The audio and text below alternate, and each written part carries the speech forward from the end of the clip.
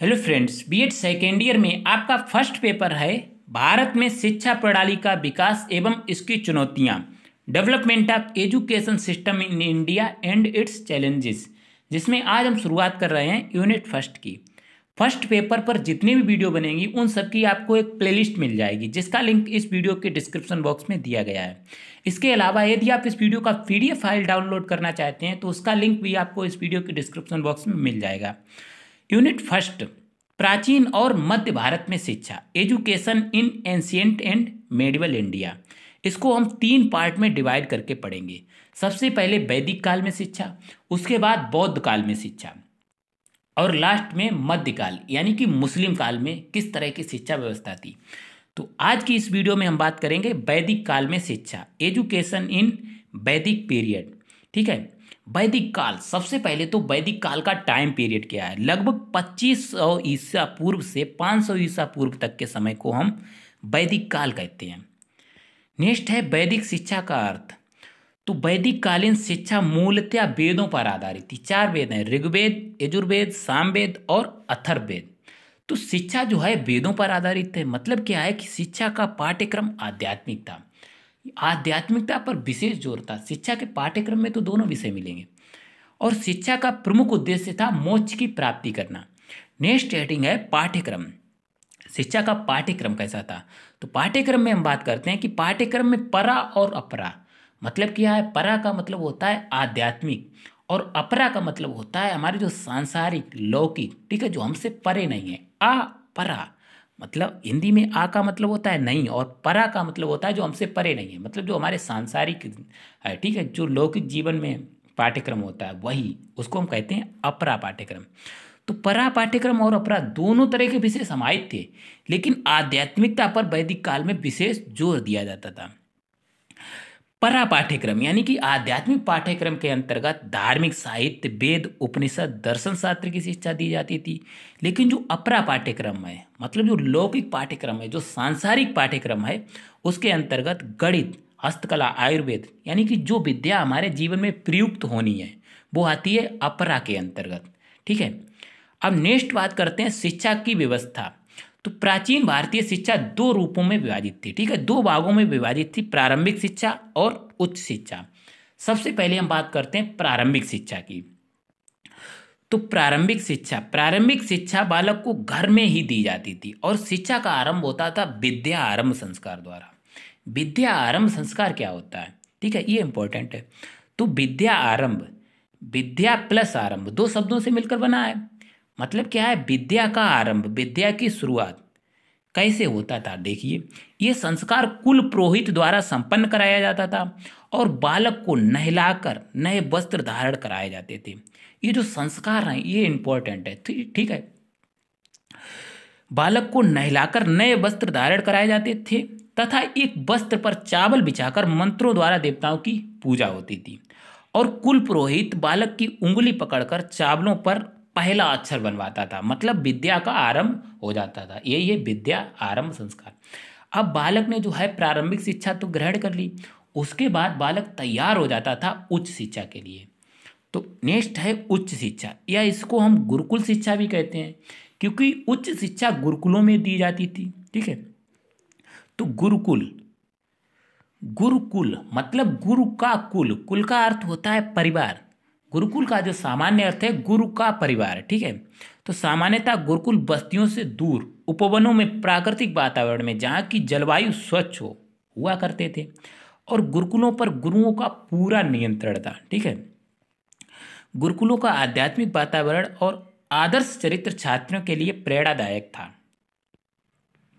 Next बात करते हैं कि गुरुकुल में प्रवेश किस आधार पर होता था। ठीक है, ऐसे ही नहीं कि प्रारंभिक शिक्षा मिल गई उसके बाद हर कोई गुरुकुल में प्रवेश होगा। ठीक है, प्रवेश के लिए भी संस्कार होते थे।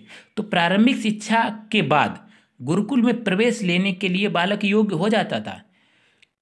जो वैदिक कालीन शिक्षा है उसमें आपको ये बात ध्यान रखनी है कि वैदिक कालीन शिक्षा हर वर्ग को दी जाती थी, लेकिन इंपॉर्टेंट बात यह है वैदिक काल में उच्च शिक्षा शूद्रों को नहीं मिलती थी। ठीक है, ये जो है वैदिक कालीन शिक्षा का एक प्रमुख दोष भी है। तो उच्च शिक्षा केवल और केवल ब्राह्मण, क्षत्रिय और वैश्य बालक ही ले पाते थे। उच्च शिक्षा पाने के लिए बालकों का उपनयन संस्कार होता था। ठीक है, जो उपनयन संस्कार है बहुत ही इंपॉर्टेंट है। उपनयन, उपनयन सेरेमनी, इसके बारे में डिटेल में बात करते हैं। उपनयन का शाब्दिक अर्थ होता है छात्र को गुरु के समीप ले जाना। देखो, छात्र अपने परिवार में रह रहा था, ठीक है, अब जो है वो परिवार को छोड़ के जाएगा, यानी कि गुरु के पास जाएगा।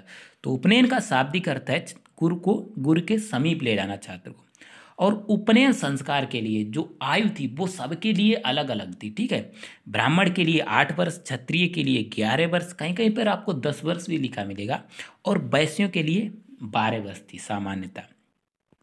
किसी शुभ मुहूर्त में बालक का उपनयन संस्कार होता था। सबके लिए अलग अलग टाइम पीरियड भी था। अगर कोई बालक ब्राह्मण है तो उसका उपनयन संस्कार बसंत ऋतु में होता था। क्षत्रिय बालकों का उपनयन संस्कार ग्रीष्म ऋतु में होता था, और वैश्य बालकों का उपनयन संस्कार पतझड़ ऋतु में होता था। ठीक है, उपनयन संस्कार के बाद जो है बालक को द्विज, ब्रह्मचारी या अंतेवासी या आचार्य कुलवासी कहा जाता था। ठीक है, अब बालक ने प्रारंभिक शिक्षा भी ले ली, उच्च शिक्षा भी ले ली। इसके बाद क्या है, बालक गृहस्थ जीवन में प्रवेश करता था, और गृहस्थ जीवन में प्रवेश करने से पहले समावर्तन संस्कार होता था। तो समावर्तन संस्कार के बारे में बात करते हैं, जिसमें क्या होता था कि जो शिष्य है वो अपने गुरुओं को कुछ गुरु दक्षिणा देता था अपने अनुसार, जो वह देने योग्य है। समावर्तन का शाब्दिक अर्थ है घर लौटना, मतलब शिक्षा की समाप्ति के बाद गृहस्थ जीवन में प्रवेश करना। और समावर्तन संस्कार की जो सामान्य आयु है वो लगभग 24 वर्ष है।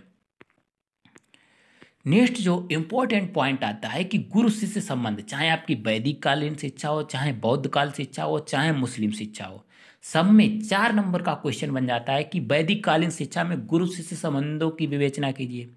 तो गुरु शिष्य संबंध कैसे थे? वैदिक कालीन शिक्षा व्यवस्था में गुरु शिष्य संबंध मधुर थे।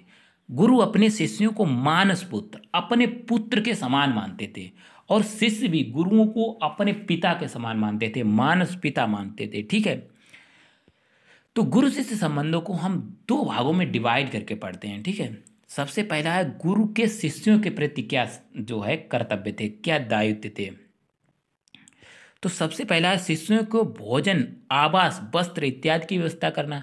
अब शिष्य जो है अपने माता पिता से दूर रह रहा है, तो उसके भोजन, वस्त्र, आवास, ये सब दायित्व था गुरु का।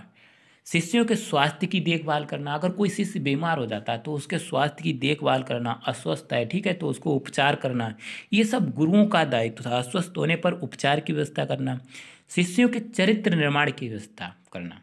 देखिए, शिष्य जो है गुरु के सानिध्य में ही रहता था, तो चरित्र निर्माण, हर तरह का विकास करना उसका केवल और केवल गुरु का ही कर्तव्य था उस समय, सर्वांगीण विकास करना। ठीक है, शिष्यों को भाषा, धर्म, नीति शास्त्र का ज्ञान अनिवार्य रूप से देना, और शिष्यों का मार्गदर्शन करना। जो गुरु होता है वो शिष्य का मार्गदर्शक होता है, तो मार्गदर्शन करना भी उसका कार्य हो जाएगा। ठीक है, कर्तव्य हो जाएगा।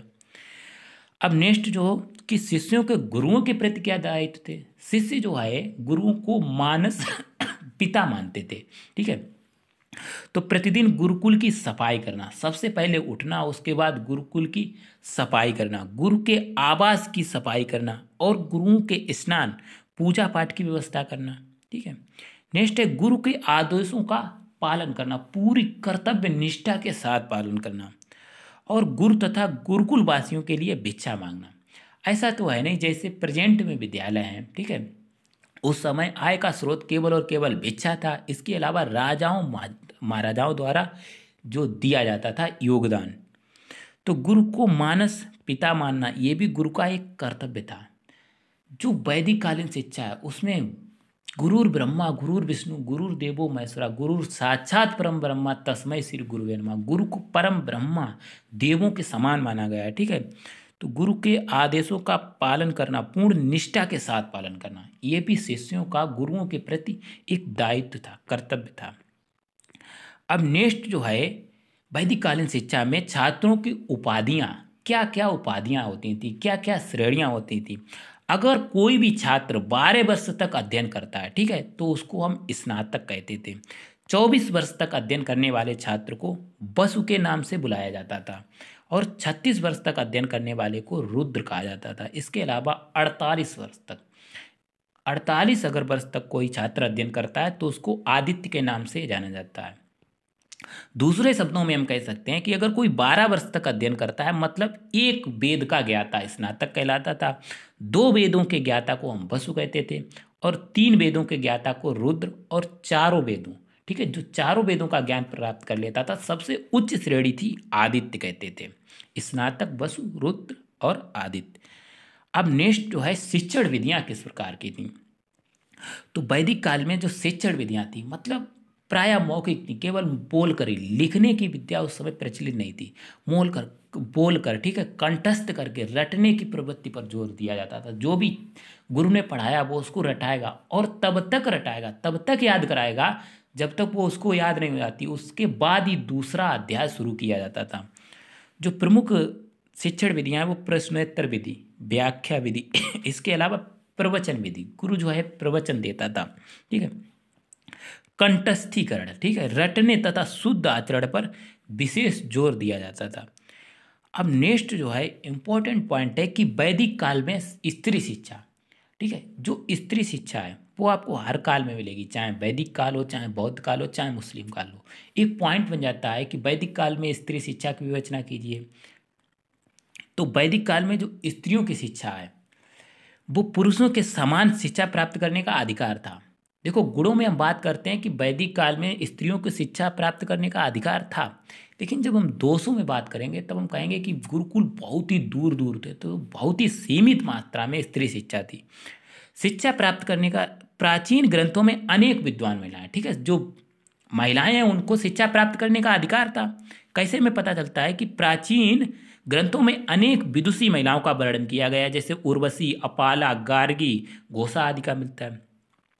बाद में क्या हुआ, जैसे जैसे हम बौद्ध काल और मुस्लिम काल की तरफ बढ़े, मध्यकाल की तरफ बढ़े, तो बाल विवाह और बहुत सारी समाज में कुरीतियाँ प्रचलित हो गई, जैसे कि जो पर्दा प्रथा है, इसके कारण स्त्री शिक्षा बहुत ही बुरी तरह से प्रभावित हुई। लेकिन वैदिक काल में स्त्री शिक्षा पूरी तरह से सबके लिए बराबर थी, ठीक है, चाहे वो लड़का हो चाहे लड़की हो। अब लास्ट में हम बात करते हैं वैदिक कालीन शिक्षा का मूल्यांकन। तो मूल्यांकन में हम क्या बात करते हैं, क्या तो इसकी विशेषताएं थी, वैदिक काल शिक्षा के गुण क्या थे और कहाँ तक इसमें कमियां रह गई हैं। तो सबसे पहले तो हम बात करते हैं वैदिक कालीन शिक्षा व्यवस्था के गुण। तो सबसे पहला गुण हो जाएगा कि शिक्षा की निःशुल्क व्यवस्था, शिक्षा फ्री थी, ठीक है, कोई गुरु के सानिध्य में रहता था। अगर कोई बच्चा सपोज वो निर्धन परिवार से है तो वो गुरु की सेवा करके भी उसको शिक्षा प्रदान की जाती थी, सबके लिए निःशुल्क थी। जो भी देना चाहता था वो दान के रूप में दे सकता था, किसी से कुछ भी लिया नहीं जाता था। व्यक्तित्व के विकास पर बल दिया जाता था, ठीक है, चारित्रिक एवं नैतिक विकास पर बल दिया जाता था। चारित्रिक और नैतिक विकास आज के युग की आवश्यकता है। किसी भी बच्चे में चरित्र निर्माण करना सबसे बड़ी बात होती, ठीक, आप कितनी भी विद्या पा लें, अगर आपका चरित्र नहीं सही है तो वो बेकार है। तो चारित्रिक एवं नैतिक विकास पर बल, ये भी एक इसका गुण हो जाएगा। इसके अलावा आध्यात्मिकता को विशेष महत्व, जब हम गुणों में बात करते हैं तब हम कहते हैं कि आध्यात्मिकता पर विशेष महत्व दिया गया, एक अच्छी बात है। लेकिन दोषों में बात करेंगे तब हम कहेंगे कि ये तो बुरी बात है। देखिए, आध्यात्मिकता पर विशेष जोर अच्छी बात कैसे है, क्योंकि आध्यात्मिकता से हमें मोक्ष की प्राप्ति होती है, निर्वाण की प्राप्ति होती है। जो हमारे सांसारिक दुख हैं उनसे हमें छुटकारा मिलता है। तो सांसारिक दुखों से छुटकारा कौन नहीं लेना चाहेगा, मतलब ये अच्छी बात है। अब जब दोषों में बात करेंगे तब बाद में बात करेंगे, ठीक है। तो स्त्री शिक्षा को स्थान दिया गया, ये भी एक अच्छी बात है। सबको समान रूप से शिक्षा दी जाती थी। गुरु को ऊंचा स्थान, अब देखो, एक गुरु होता है वो शिष्य का मार्गदर्शक होता है, ठीक है, गुरु के रास्ते पर ही शिष्य चलता है। तो गुरुओं को ऊंचा स्थान देना अच्छी बात है। गुरुर ब्रह्मा गुरुर विष्णु गुरुर देवो महेश्वरा, इतना ऊंचा स्थान दिया गया कि गुरुर साक्षात परम ब्रह्म तस्मै श्री गुरुवे नमः, गुरु को साक्षात परम ब्रह्म के समान मान लिया गया, ठीक है। पाठ्यक्रम में दोनों तरह के विषय, परा एवं अपरा को जगह। तो पाठ्यक्रम में परा मतलब आध्यात्मिक विषय और सांसारिक विषय भी थे। मतलब क्या है, आध्यात्मिकता भी हमारे लिए जरूरी है, लेकिन जो सांसारिक मूल्य हैं, जो सांसारिक शिक्षा है, वो भी हमारे लिए जरूरी है। हालांकि दोषों में हम बात करते हैं कि सांसारिक मूल्यों की इसमें उपेक्षा की है, सबसे ज़्यादा जोर दिया गया आध्यात्मिकता पर। अगला गुण है गुरुकुलों का स्वच्छ वातावरण। तो अगर गुरुकुलों का स्वच्छ वातावरण होगा तो छात्र स्वस्थ रहेंगे। और अरस्तु ने कहा है कि स्वस्थ शरीर में स्वस्थ मन का निर्माण होता है। मतलब क्या है, ये एक विशेषता हो गई। अच्छी बात है कि अगर गुरुकुलों का वातावरण स्वच्छ है। लेकिन अब हम बात करते हैं दोषों की। तो गुरुकुलों के क्रियान्वयन के लिए कोई उचित प्रबंधन नहीं। ये देखो, इसका एक प्रमुख दोष है, उचित प्रबंधन नहीं। मतलब क्या है, जो वैदिक कालीन शिक्षा थी वो किस पर आधारित थी? केवल और केवल भिक्षा और इसके अलावा जो राजा महाराजा योगदान दे दें उस पर आधारित थी। आज की तरह तो है नहीं कि किसी भी संस्था को गवर्नमेंट पैसा देगी तो उसके संचालन में कोई बाधा नहीं आनी है। और राजाओं के समय क्या है, सपोज अगर एक राजा ने दान दे दिया, उसका उत्तराधिकारी हुआ, उसने दान नहीं दिया, तो ऐसे गुरुकुल बंद हो जाएंगे। यानी कि गुरुकुलों के क्रियान्वयन के लिए कोई उचित प्रबंधन नहीं था। नेक्स्ट है रटने पर विशेष बल। तो रटने पर ज़्यादा जोर दिया जाता था, ये भी इसका दोष हो जाएगा। क्योंकि जो रट के हम ज्ञान प्राप्त करते हैं वो स्थायी नहीं होता है। बालक को उसकी इंद्रियों के आधार पर ज्ञान दिया जाना चाहिए, अनुभव के आधार पर ज्ञान दिया जाना चाहिए। क्योंकि जो अनुभव पर आधारित ज्ञान होता है वो बहुत ही स्थायी होता है। नेक्स्ट है अत्यंत कठोर अनुशासन। तो वैदिक कालीन शिक्षा में बहुत ही कठोर अनुशासन रहते थे, ठीक है। आजीवन ब्रह्मचारी बालकों को रहना पड़ता था। जब तक मतलब वो गुरुकुल में है तब तक वो ब्रह्मचर्य का पालन करते थे। प्रतिदिन सुबह उठना, ठीक है। अगर वो ऐसा नहीं करते तो उनको गुरुकुलों से बाहर निकाल दिया जाता था, ठीक है, निष्कासित कर दिया था। मतलब ही क्या है, अत्यंत कठोर अनुशासन था। धार्मिक शिक्षा पर हद से ज्यादा बल, जिससे क्या हुआ, कालांतर में समय बीतते बीतते कर्म कांडों को बढ़ावा मिला और जो वैदिक कालीन शिक्षा थी वो पूरी तरह से नष्ट हो गई। उसके बाद आरंभ होता है बौद्ध काल का। मतलब क्या है कि धार्मिक शिक्षा पर हद से ज़्यादा बढ़ावा भी एक इसकी कमी थी। नेक्स्ट है सीमित शिक्षा। तो स्त्रियों की शिक्षा थी, ये तो हमने बात कर ली गुणों में। लेकिन दोषों में हम क्या बात करते हैं कि जो स्त्री शिक्षा थी वो बहुत ही सीमित थी। मतलब क्या है, आज के समय नहीं है कि प्राथमिक विद्यालय हर 1 किलोमीटर में आपको प्राथमिक विद्यालय मिलेगा, हर 3 किलोमीटर में आपको अपर प्राइमरी मिलेगा। लेकिन वैदिक काल में क्या था, गुरुकुल थे लेकिन उनकी संख्या बहुत ही कम थी, बहुत बहुत दूर दूर थे। तो स्त्रियां जो है सामान्यतः घर से बाहर शिक्षा लेने नहीं जाती थी। तो सीमित स्त्री शिक्षा, ये भी इसका एक दोष है। गुरुकुलों की अल्पसंख्या तथा घर से बहुत दूर होना, ये तो स्त्री शिक्षा कम होने का एक कारण ही है, ठीक है। ये भी इसका एक दोष है। लौकिक समस्याओं को भूलकर आध्यात्मिकता पर जोर। विषय दोनों शामिल थे, सांसारिक और आध्यात्मिक। लेकिन आध्यात्मिकता पर विशेष जोर था। जो हमारे सांसारिक मूल्य हैं, ठीक है, उन पर इतना ज़्यादा जोर नहीं दिया गया। तो यहाँ पर जो है वैदिक काल पूरी तरह से इन डिटेल समाप्त होता है। उम्मीद है आप लोगों को वीडियो पसंद आई होगी। आपको ये वीडियो कैसी लगी आप हमें कमेंट बॉक्स में ज़रूर बताइएगा। अगर वीडियो पसंद आई तो प्लीज़ वीडियो को लाइक करें, अपने दोस्तों के साथ ज़्यादा से ज़्यादा शेयर करें और हमारे चैनल को सब्सक्राइब करें। Thank you.